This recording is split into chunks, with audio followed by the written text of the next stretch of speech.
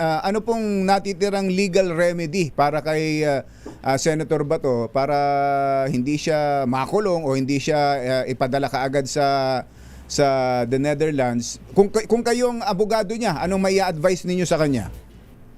Sumuko na siya sa ICC, doon siya humingi ng relief. Sapagkat yung kanyang relief, makukuha niya, tanging niyang makukuha doon sa husgado na nag-issue ng warrant of arrest. Hindi ho sa local court. So kung doon ho siya pupunta, dapat doon siya pumunta, doon siya humingi ng relief. Dahil ayon ho sa Rome Statute, meron hong mga available na relief para sa kanya eh. Pero hindi ho pwede na patuloy siyang magtatago and then hihingi siya ng relief, hindi ho naaayon yan sa batas. Lalo't higit, hindi ho naaayon na sa Supreme Court siya pumunta.